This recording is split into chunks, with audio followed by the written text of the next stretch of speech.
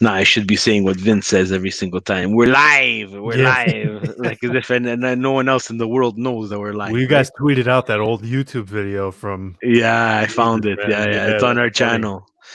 Yeah, it's on our channel, and I said, you know what? I know a lot of people are gonna original Twitter is gonna Oh really get a man, kick out of that. But, that was great. yeah, I'm gonna wait a minute there, and then we're gonna just start.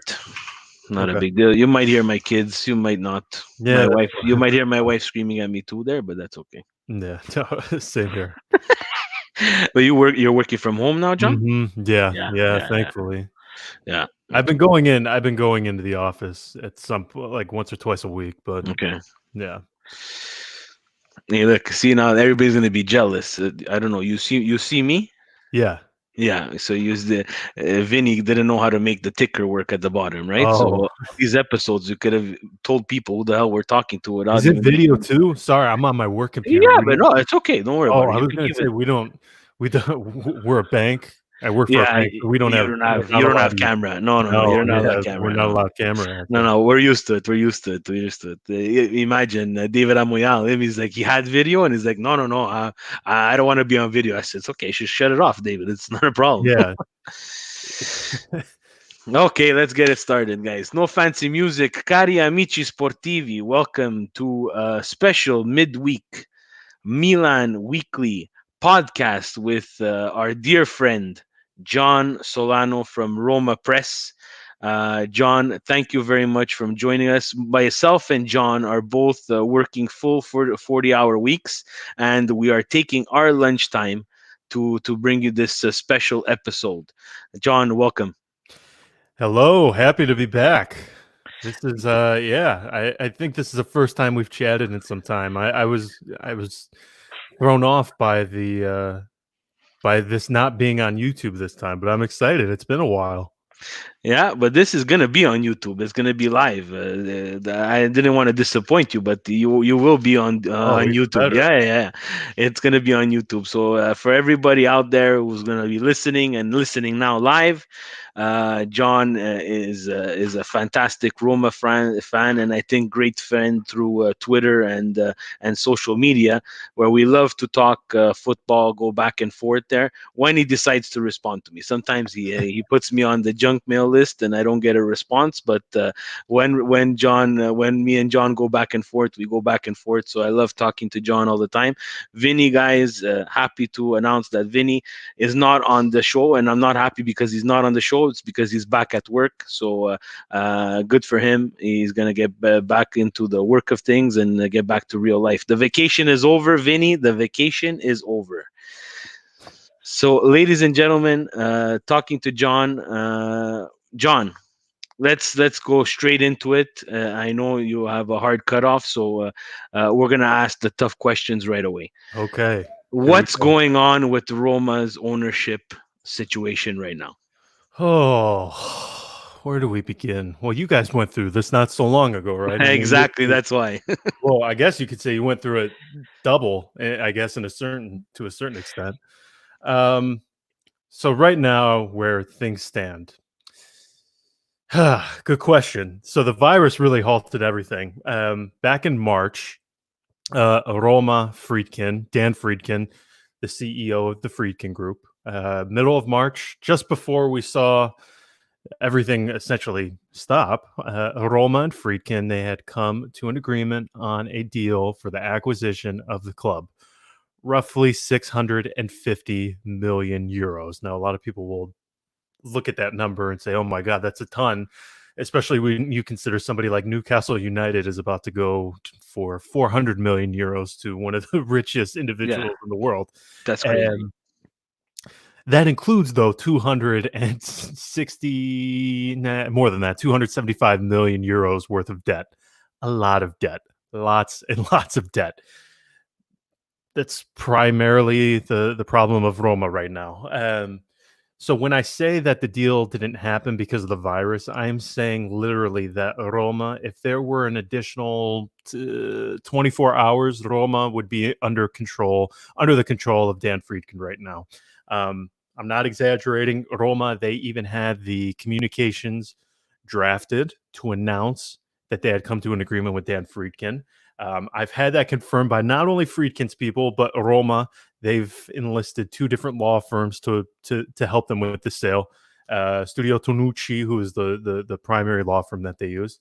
And then there's another law firm up in Milano that Rocco Comiso used when he acquired Fiorentina. So those two law firms, we have confirmation from everybody that the communications were drafted, they were getting ready, and then the same weekend when that was happening, Liga Serie A and basically all of Europe and all the European leagues, they shut down. No more football. So since then, it's pretty interesting because what have we seen? It was only 2 months ago, and I say only in air quotes here because you can't see my beautiful face on the screen, but um, it's been 2 months, but we are living in a completely different world than we did 60 days ago.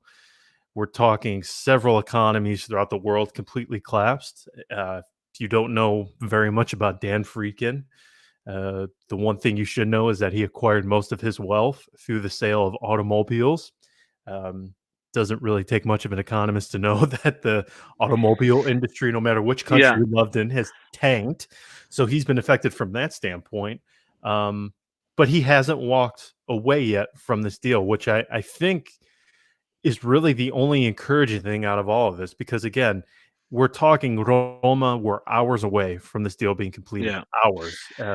Let me just break something, just to break the conversation one bit, just to give some people a little bit of context. So the Freakin Group is an American owned. It would be another American owner, right, for Roma, and if I'm not mistaken, I think he's from Texas. Could it be? Yes, so Yes. Okay. he himself, he's from California. The Oh, okay. Friedkin Group, they're headquartered in Houston, Texas. That's it. That's it. Yeah. Now Friedkin, he's acquired most of his wealth is through automobiles, but Yeah. he's also heavy in the movie industry as well. Okay.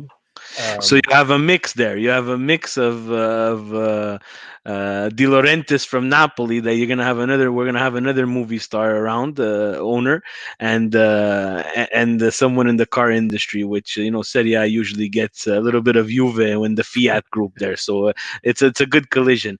But do you think, John? You keep on saying they were hours away. Do you think it would have put Roma in a more difficult spot if the sale would have gone through, and then the first milestone that the freaking group has to take on is this complete shutdown of Serie A, the league that they just bought into, and the economy, which hits their back pockets directly, with no one buying an automobile anytime soon. Great question.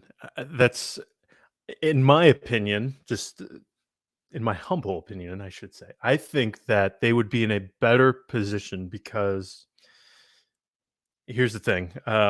Roma, for those of you who don't know, they're a publicly traded club, more or less. I know that sounds kind of weird, but if you want to buy stock on the Milano Stock Exchange for Roma, you can go and do that. So, because of this, Roma, they're required to disclose every single bit of their financial information. When they buy a player, they have to disclose fees, bonuses, all that good stuff that you don't really see in England. They'll say for an undisclosed fee. Roma, they have to disclose every single fee. So Roma came out with their third quarter financial statement 2 weeks ago. Yeah, about 2 weeks ago. Yeah, I think I saw you tweet that out. Yeah, and it was to say not good is probably putting it extremely lightly. They show total debts of 278.5 million euros. There's really no income at the moment. Sponsorships, for those of you who don't know, in Italy there was a law enacted July 2018, or it was either July 2018, 2019. My years are running together. Um, called the Dignity Decree, and it said that you can't advertise for gambling or online betting or casinos.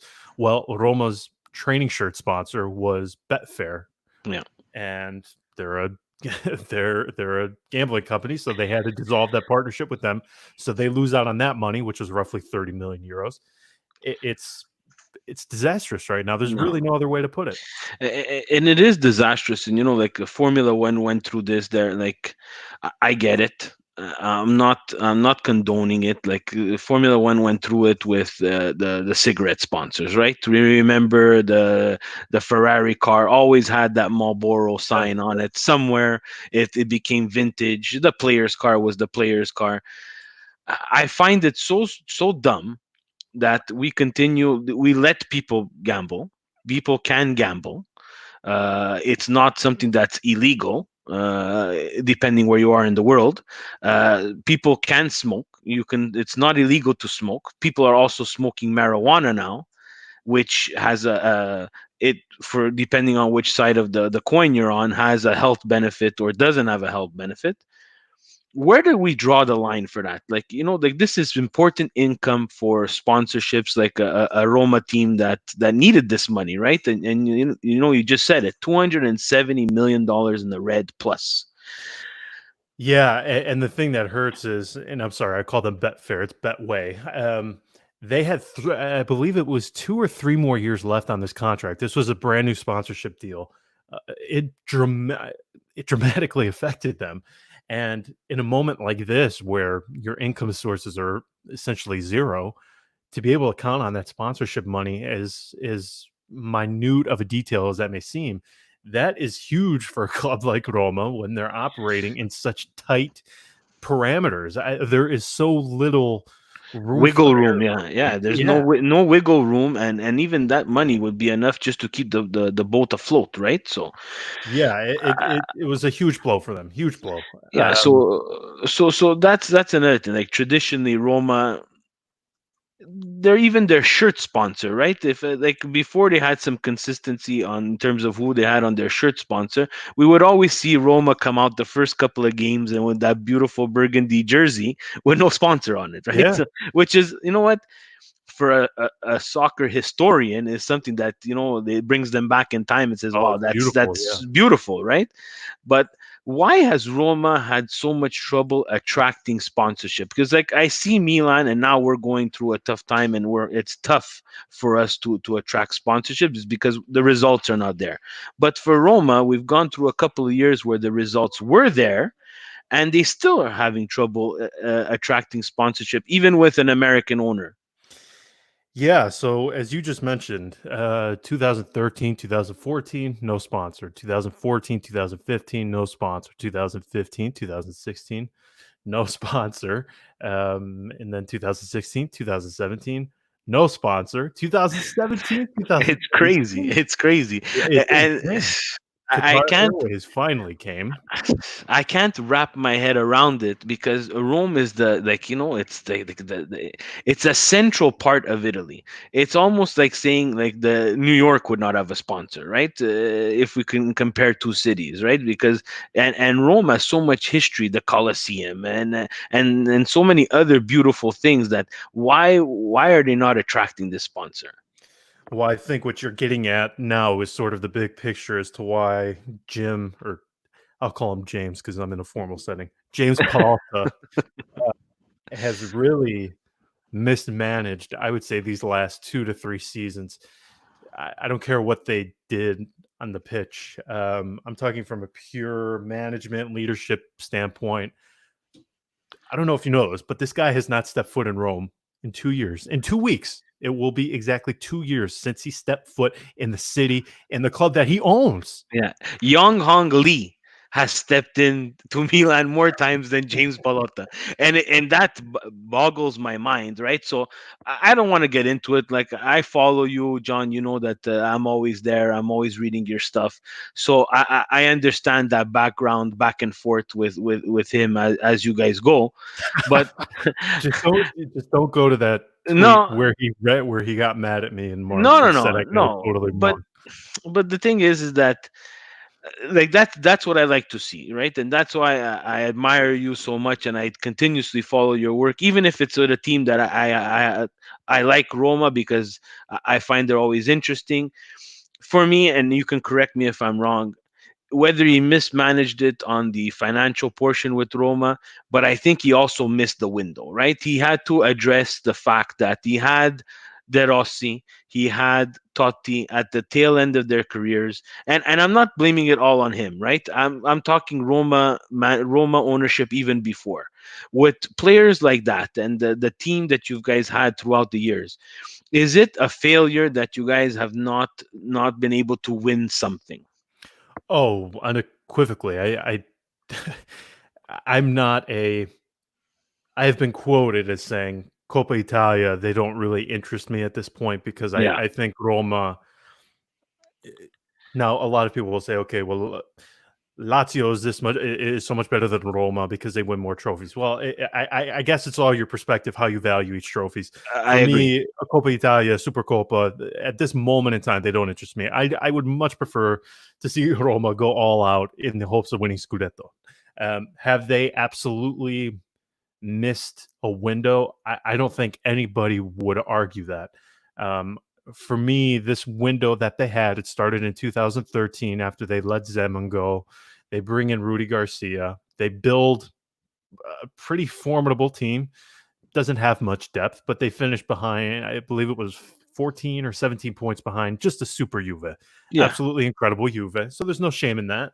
14, 15, they have a big fall off. 15, 16, they don't start great. Spalletti comes in.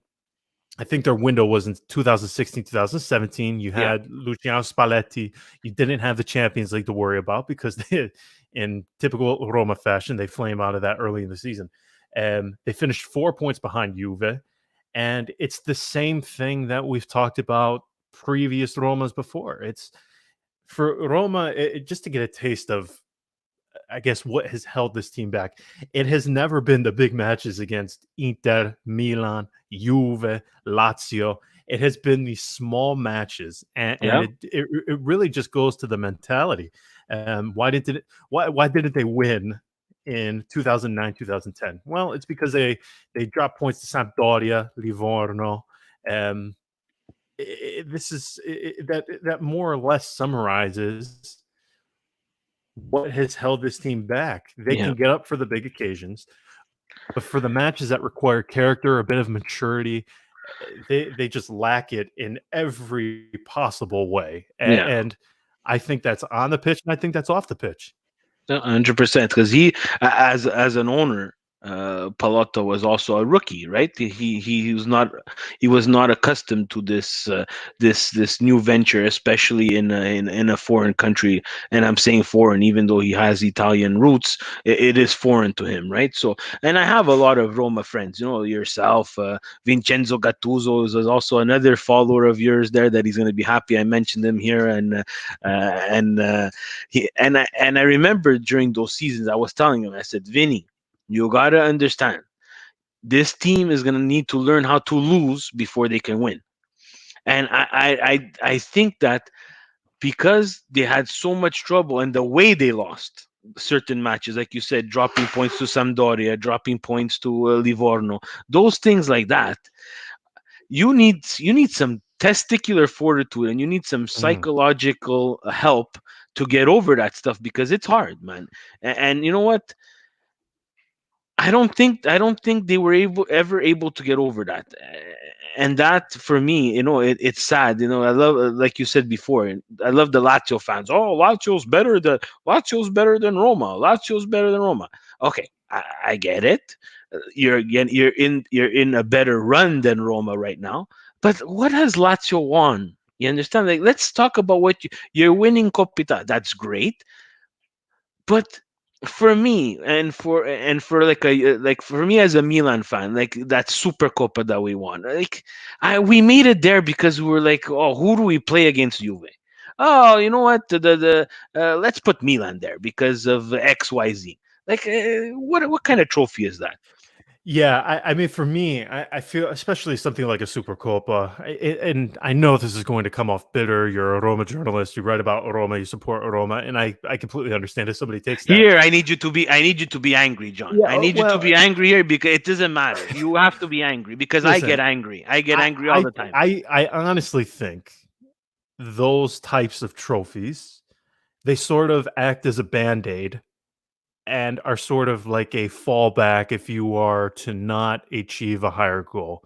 Oh, you didn't qualify for the Champions League? Ah, okay, but we won the Supercopa. To me, they're like a crutch, and that's why. I mean, Roma, I believe they're on 9 Coppa Italia at this moment. If they win a 10th, maybe they would put a lame little silver star in their Silver Star, logo yeah.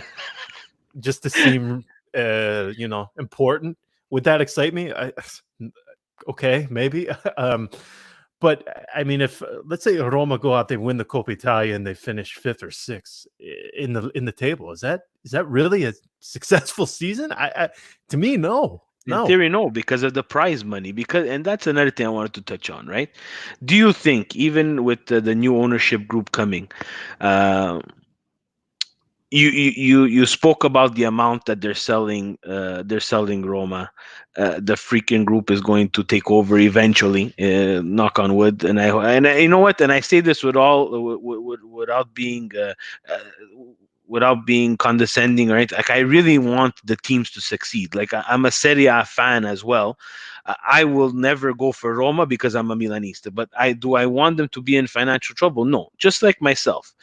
Did I want Milan to fall into this decade of shit? Let's call it exactly what it is, a decade of shit.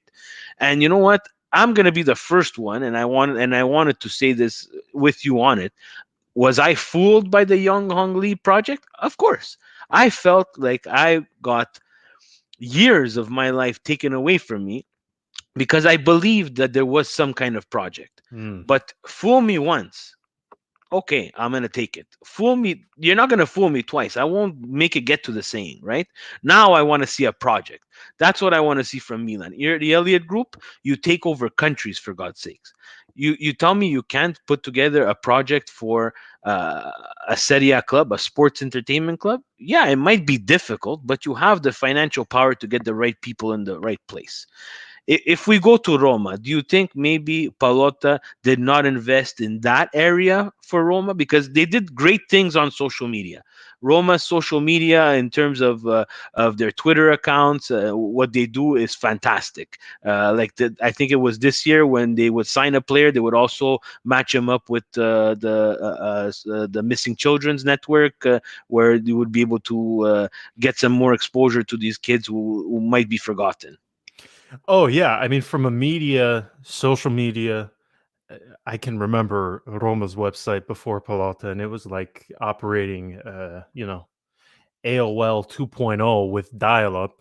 It was that sort of equivalent. It was terrible.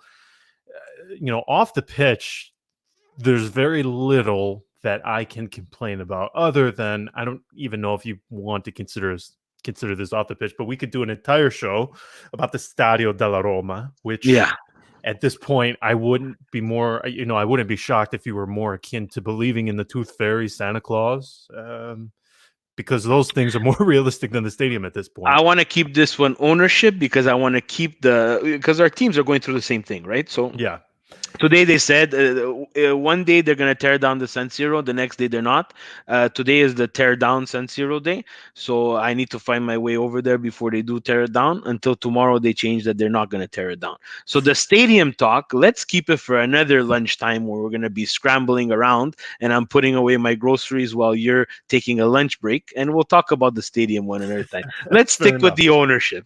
Yeah, I think he has not put, or let me say this. I think lack of consistency to an extent has resulted in Roma perhaps not getting the results that they required. I've said this again and again, but you're in Canada. People might be familiar with Mark Pans, who's the new CEO of the Vancouver Whitecaps. Very, very, very, very, very, very professional, talented guy who played a huge role at Roma, not only with the stadium, but with the club's finances. Um, a guy I admire tremendously. I hold him in the highest esteem. I have never said a single bad word about him because I think he is an incredibly talented individual. I believe he left Roma in either 2015, 2016. I could, again, my years are running together after Yeah, being in quarantine for 5 months. yeah.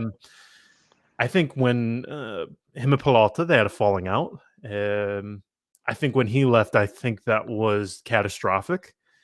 A lot of people won't like this guy either, but Walter Sabatini, Yeah. very divisive sporting director, made some stinkers. Nobody will deny that, but I think he made some But you know what? tremendous acquisitions too.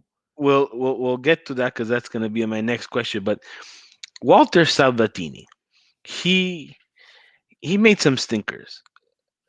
Who has been perfect on the transfer market? Exactly. There's no one, right? So he ends up now, if I'm not mistaken, he's at Bologna part time with also looking after the Montreal Impact, right? So uh, why would you not, like, these guys here? They come with a crew of people, right? 'Cause that's another thing that I want to bring up. His crew of people needs to stay intact if he wants to make the right transfers or not, right? If am I Mm. correct or not? Like Galliani without Brida, I don't think there's either or. Everybody says now, oh, if Galliani didn't have Brida, he wouldn't have made those transfers. But I don't think if Brida didn't have Galliani, he would have been able to attract those transfers either. So Well, Sabatini has his guys. I mean, Ricky Massara, who's the current sporting director at Milan. he's who? Sorry, I didn't understand exactly that name. What was that name again? Massara, Who's that's Oh yes, that's the guy who sporting stands next director to at him. Yeah, he stands next to Maldini and and Boban, and no yeah, one knows what he does. yeah. Okay, He's yeah, the guy that's not going to be at Milan in 5 months. I can. You know what? I've never seen that from a sporting director. To be very honest, with you, I don't know if that's just his demeanor in terms of like he does not want to be Hold in on. the front I'm lines. I'm so glad you bring that up. So I've been around this guy. My God, he was at Roma. He joined in 2013, 2014. Or no, before I think before that. I had to have been in the presence of this guy at least 2 or 3 dozen times. Like literally him standing right next to me. I've heard him say maybe a dozen words. He is the most quiet, soft spoken. I mean, this guy, you couldn't pick him out from a lineup. He does nothing to stick out. Um, I have never seen a sporting director in my life, or not even sporting director, football executive in my life, never express himself or talk as much as he did. And I say that sincerely. Lovely, lovely guy. He doesn't talk. I've never seen anything like it in my life. Yeah. I'm so happy you brought him up. That was gonna escape me. I had it written down somewhere, and I wanted to ask you. And I'm so happy you brought that up. For me, there, John, I need something from my sporting director. I know times are shit, and Milan is in the shits right now. But I need you to have some sort of presence besides a couple of little words that they give you. And maybe that's Milan's fault that they don't want him to talk, or again, like you just pointed out for everybody, maybe he just doesn't like to talk. But someone needs to get that message across to us, right? So now that we touched on Masada and Sabatini there, and we spoke about the window. So like Roma did do well in terms of purchases. Like Allison was someone that they picked out. They had the Mo Salah signing as well. This is work being done by these guys to take on these players either from a smaller team that no one knows, bring them to Roma, develop them, and then sell them off for a lot of money. Was that failure to use that money that they made in terms of Allison, Salah, and the rest of the signings that they've done in the areas of need? Yeah. It's sort of like when I say the name Voldemort when I bring up this guy. A chill runs down my spine. Roma had the wool pulled over their eyes by one Ramon Monchi, Yeah, who he comes from Sevilla. He spends what was it, 2 decades there. Fantastic results. Nobody will ever argue that. He's in a league where there's Real Madrid, Barcelona, Atletico Madrid. exactly. He's maybe the fourth, fifth, sixth best club, and he's winning Europa League after Europa League, achieving fantastic results.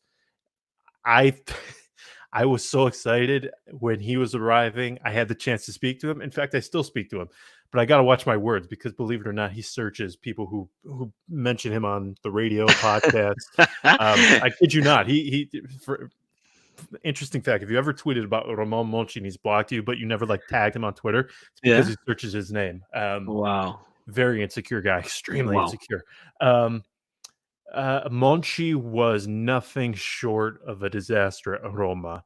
So he comes March 2017. He's officially unveiled May 2017 because Sabatini he walks away from the club the previous summer. Masada, he's in an interim capacity. Monchi arrives, and it's just like, you know, gathering all the assets in a big bonfire and just pouring gasoline on top of it, because that's essentially what he did. Yeah. Um, I for the life of me, I listen. We can't sit here and pretend, Roma is Manchester United, Manchester City, PSG.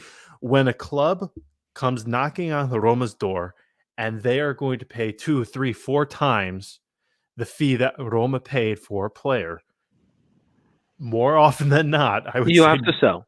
they have to. And I know people hate that. I know it's not fun. I know it makes you feel like the little brother, but that's just the reality of the situation they're in. There's not that many clubs out there anymore that can refuse that type of money, Exactly. John. Yeah, I completely agree with you. It just so happens that Roma is the one that gets picked on a little more than the rest, and maybe rightfully so to an extent. And I think that sort of circles back to what you said. They did not invest the money wisely. Um, Robin Olsen replacing Alisson. Oh, please. Spending a club record on Patrick Schick. Yeah. When Edin Dzeko was already there, you have a manager who plays 4-3-3. You don't need Patrick Schick. You need a No. winger. Um, And plus all the soap opera with Sheik that he was originally going to Juve and then after failed the medical yeah, and came to Roma. And at that point there, John, I don't want you anymore. Like that's the way I deal with things. Like I have zero filter with Milan. You don't want to come to Milan? I don't care. Don't come. But don't say you're gonna come and then want to come and then use like I'm fed up. I'm not used to it, and I'm pretty sure you're fed up, and all the fans are fed up. Like Roma, the Milans, they're kind of in that bubble now where they're being used as pawns. Where, hey, I might want to come to your club if you offer me this, and then right. they take that offer and go to the actual club that they want to go to and say, hey, they offered me this. Oh, sure, we can pay that. We're gonna offer you this. It's like I'm really fed up with that, and like get out of here if you don't want to come to my club. But go on. Yeah. Sorry about that. No, no, no. Well, this question gets asked at every single Roma introductory press conference for a player. They always ask, is this sort of like your arrival point, or is this sort of like a stepping stone to the next club that you're going to? And I'm telling you, that is like the ultimate test for a player when you arrive at Roma, because if you answer that one wrong, oh, buddy boy, you're already in the shit with the Roma supporters and the media. Yeah. Like look Um, at Bilia. He said Forza Lazio the first time. Like, come on, Jesus Christ. Do me a favor, man. I'm kind of excited that you're coming. I didn't know that you were 40 years older than your actual birth certificate. But the first thing that you say is Forza Lazio. My God. Like, this is basically what Milan needed. Yeah, and that's what Schick did. He said, eventually I want to play at Manchester United or Barcelona. It's like, well, okay. And he's saying this before he's even scored a goal at Roma. So you mix that with being the most expensive player in Roma's history, a very storied history, not in terms of trophies, but in terms of names. And, Exactly. and you got this guy saying that. It's like, oh boy, okay. Yeah, it's a difficult pill to swallow for things like that. But yeah, just going back to what you said, it's having not invested. I sincerely think, and I don't exaggerate this. I think Monchi set Roma back at least 3 to 5 years with the damage he did. Didn't replace Salah properly. Didn't replace Alisson properly. Selling Emerson Palmieri, really not replacing him. Yes, he brought in Kolarov, but he was 32, 33 at that moment. Yeah. I just think he did so much damage, and just beyond the names that he brought in, Javier Pastore, for example. I mean, he has handed out Roma before Monchi came. Very, very strict wage bill, very Yeah. strict. Um, except for Dzeko, Roma were not handing out big wages to anybody. But now, And to be fair, Roma was they had De Rossi on the payroll, which was commanding the most in Serie A before so Ronaldo came, right? So yeah, so the in my opinion, Daniele De Rossi for the last 3 or 4 years, was probably the most overpaid player in all of Serie A. I believe he was earning before his contract expired with Rome. So in 2012, in order to get him to remain, not go to Manchester United, Roma handed him a massive contract. He was earning 6.5 million euros. It was outrageous, absolutely outrageous. Because if you look at Roma's wage bill now, Dzeko is the highest earner, and I believe he's on 4.5 or 5 million euros. Um, Sabatini was, for the most part, pretty good with the way he handed out wages. Now, if you look at Roma's wage bill now, I mean, they are crippled, absolutely crippled with all they have a ton of like dead money, I guess you could call it. Pastore's on 4.5, Yeah. Florenzi's on 3, Juan Jesus 2.5, Fazio 2.5. It's borderline criminal, some of the things that Monchi did. So this is it ties into why I brought this up. Like, there's a lot of similarities between Roma and Milan, right? And it's kind of like they flip flop things, right? Uh, Milan before while Mirabelli was there and so on, and it's not 100% his fault, but we were crippled in terms of our wage bill too. Now you get someone like Gazidis who's brought on to be, and I hope it's true, to be someone who's taking care of just the finances. Well, you've seen in the newspaper, it seems like he wants to control more than that, but hey, that's another conversation for another time. But these financial guys are brought in to cut salary, and it seems like the fan base goes mental when they don't want to resign someone. But you have to take things into perspective. We had Philip Mexes making like $30 million a year. Like, he's not the center back of the ages, guys. You know, you got to start cutting wages, and you want to bring in someone like Zlatan. He's gonna ask for money, but handing out wages is so important to these transfers that sometimes it gets lost, and you're in the transfer, you see, John, you see, you're in the realm of things of what they get. Like, we're nowhere close to North American sports. Like, the people No. are freaking out about these annual salaries. We're nowhere close because the two sports are different, and the fan base, you have to remove yourself almost. Like, and for me, it's hard sometimes. Like, I love North American sports. You see, I love football. I love all the other hockey and baseball. We don't even come close to a baseball player's salary in Right. Serie A. Right. Yeah, the differences are dramatic. And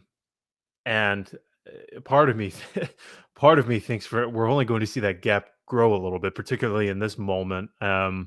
That's the thing too. I mean, when your finances are as bad as Roma's are, and then you have this global pandemic hit, I mean, it's sort of like sounding the alarm, because the uncertainty is just crazy.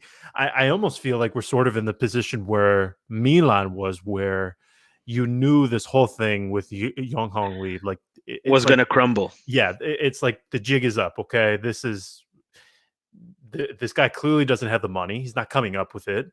Um, but at least Milan knew they had the Elliott fund. Now, whether or not, I'm sure we could debate that for an hour. Elliott, whether they're good, whether they're bad, Yeah. long term, short term, we don't know.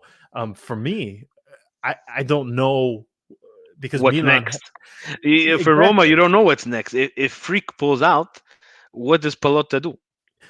exactly. Now, if you talk to Roma, which I talk to one of Pallotta's guys pretty often, they'll say, "Oh, it'll be fine. Jim, billionaire.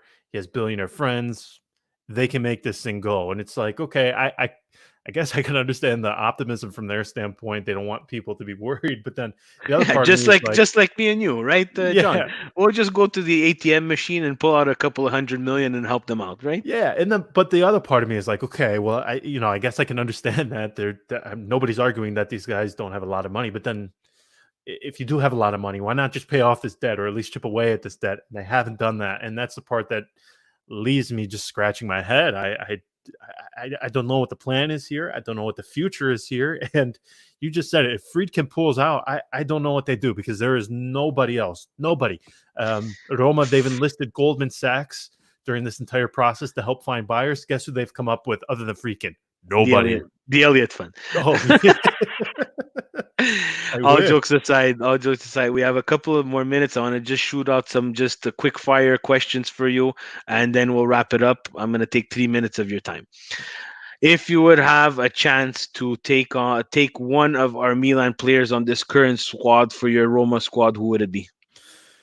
Ooh, good question. Well, just by default, I can't say Romagnoli because of that picture he put out after he Yeah, left, which was, in terms of trolling, that definitely has to be one of the best ones I think I've ever seen.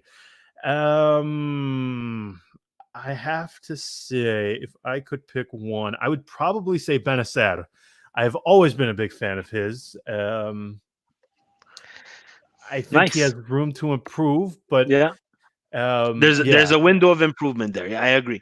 I agree. I find he's very raw, and I hope Milan has some kind of development program for him because I think he's going to be a big piece for Milan. you sure you're not talking about Paqueta? You don't like him? No, I don't mind Paqueta, but I need a development program for Paqueta too. Two different players, and that's the frustration that I have with Milan. Right? You want to invest money in Paqueta. I'm not going to pretend, John, and I'm very straightforward. I'm no soccer expert. I love the game. I watch the game. I've played the game at a reasonable level, and I continue. And I want my kids to continue to play as well. But Paqueta and Benacer are two completely different development streams. Like if they can identify that, Milan has a big problem, right? So I'm waiting to see what's gonna happen with that. We'll throw in Leao in there too, right? So, Yeah. we had the Piantek. You spoke about Roma buying Schick. We broke the bank with Piantek, right? And we didn't have a development program for him. That became like one of the biggest buys that we've ever done. That's more than what we paid for Rui Costa. Rui fucking Costa, John. Rui Costa. Admittedly, I did like Piontek. I just I liked him too. when I the liked him goals go too. cold, that's when you really see Yeah. the mentality of a player. The poor A- guy, he looked he looked killed. lost. He looked Yeah. lost and killed. He had absolutely no motivation. He had actually no support in terms of, I don't know if he does maybe the language was a problem, but in the end, though, John, he's a professional football player that gets paid millions of dollars. If you can't score, find another way to be impactful. Don't just flop on the floor. Anyways, Okay. my next question. My next question with you is, if you would have supper with James Palotta, what would you guys be eating? Oh boy. Well, as a joke, I tweet out reviews from his restaurant in Boston called Nebo. And if you ever want to be entertained, I highly recommend going to the reviews on Google because they're inundated by Italians, people from Rome in particular. And they're absolutely hilarious if you understand Italian. Yeah. They're fantastic.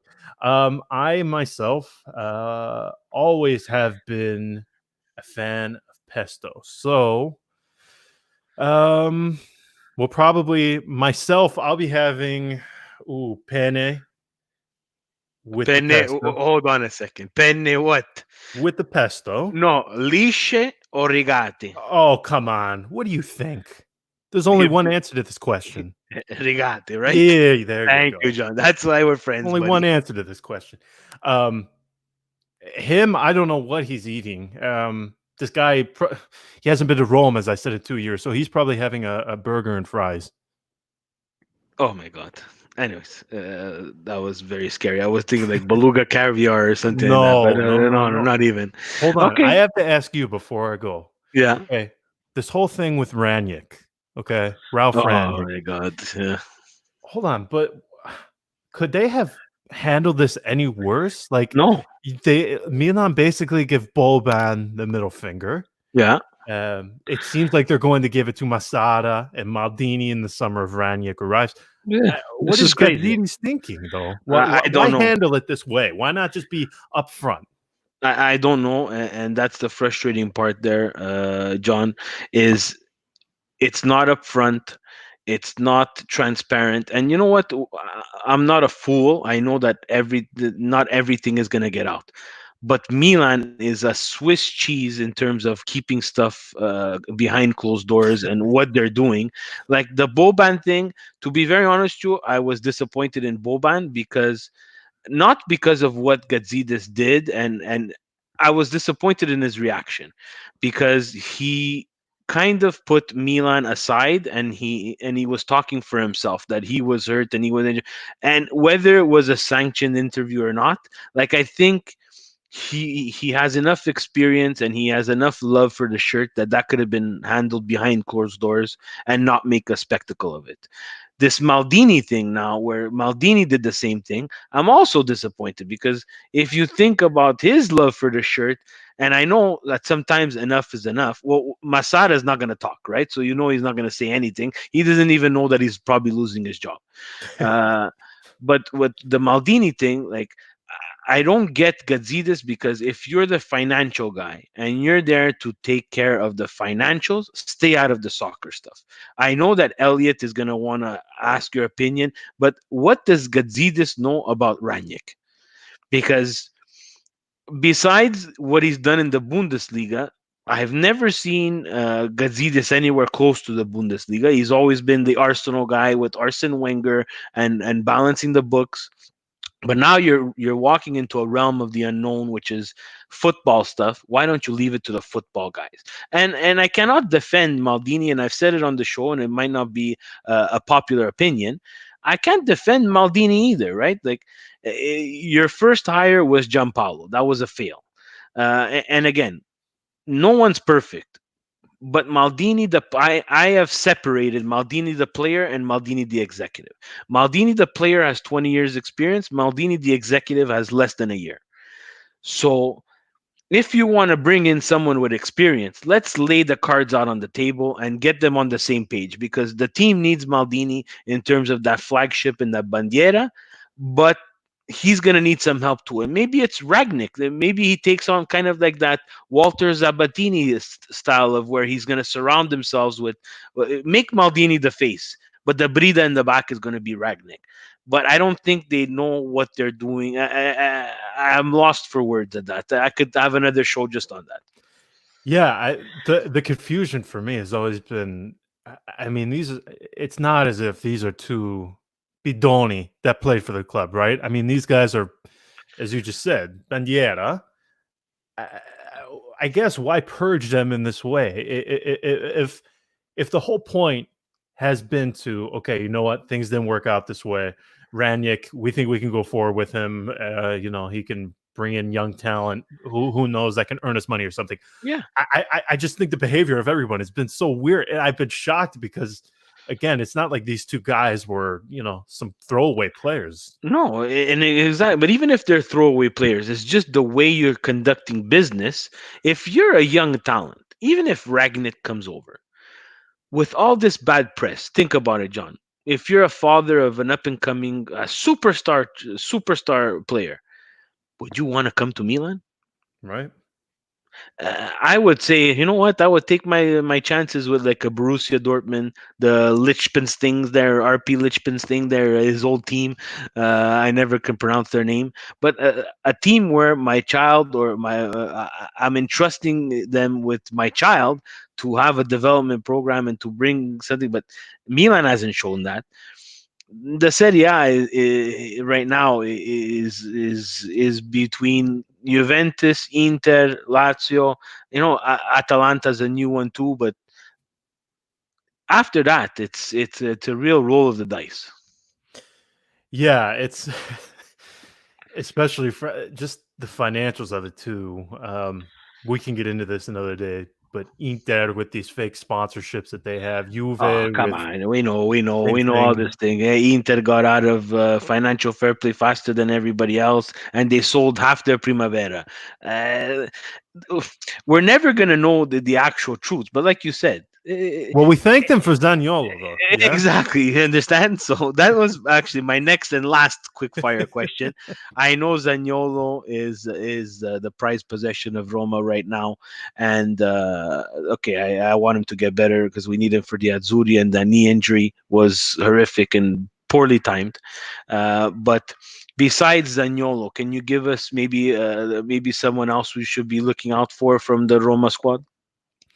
Um, Pellegrini and It's interesting because after 2016, 2007, or I'm sorry, he came back in 2017, 2017, 2018. He was dreadful, awful, terrible, unwatchable. I was all for Roma selling him, in fact.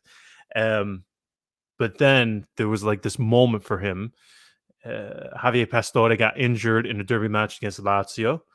Pellegrini comes onto the pitch, playing in a much different role. He's playing as a number 10 as opposed to a mezzala, and it's like a like a flip switch or switch flipped or something. It was incredible, and he's been playing in that role ever since. I'm curious to see if he can keep growing because, admittedly, I thought he was absolutely dreadful. I was all for Roma selling him.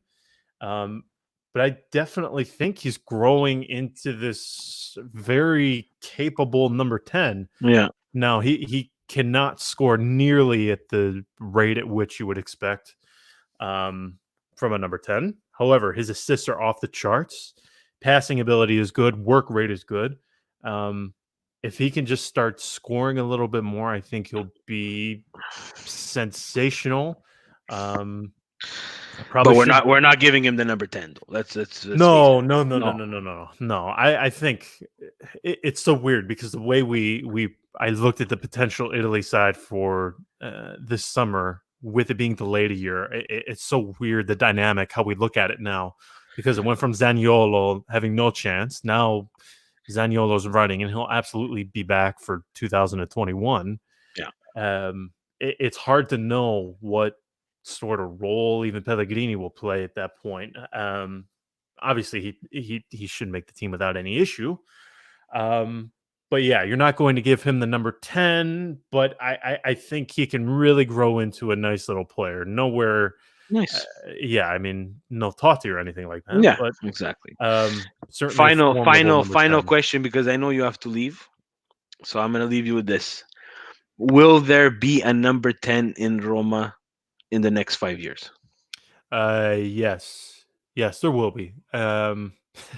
Especially if Totti keeps behaving the manner in which he is. I don't know if you just said having to sort of you have Maldini the player, Yeah. Maldini the director, and you have to make a pretty clear distinction between those two. And Roma fans have to do the same thing with Totti right Yeah, now. I mean, I think he's on like 10 interviews the past 2 weeks where he said, "Oh, guess what? I rejected Real Madrid for Roma."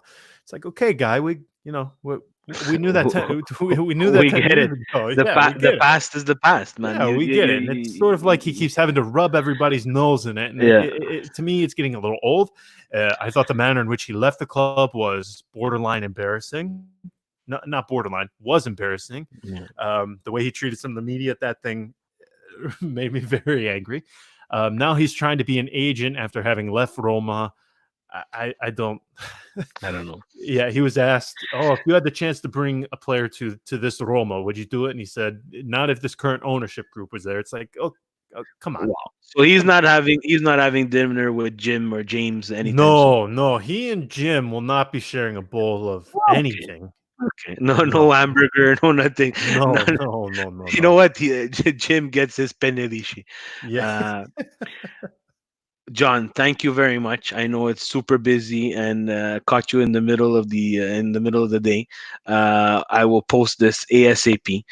I thank you so much as I love talking to you. It's great. I want to keep another window open for us to talk about yes, the stadium, that's for yes, sure. And absolutely. I want if we can fit it all because we wanted to do like an hour and we're doing an hour if not more.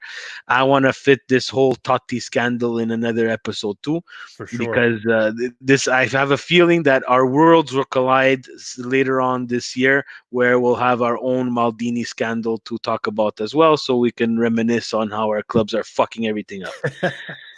That sounds awesome, man. It was great John, catching up. Let's do it thank again. you. John, please tell everybody where they can follow or where they can tell their Roma fans to follow you guys on Roma Press. Of course. RomaPress.net.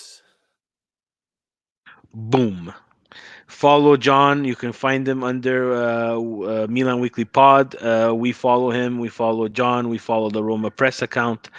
We also even follow the Roma social media account because it makes me laugh all the time. Everybody who joined live, thank you very much. I know it's not many, but in the middle of the day, everybody's probably working. But whoever enjoys this live sporadic Milan Weekly podcast. There will be more when I can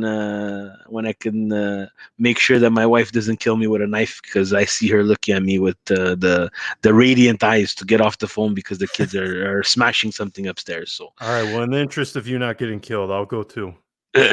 thank you, All everybody. right. Thanks, John. Appreciate it. Bye bye.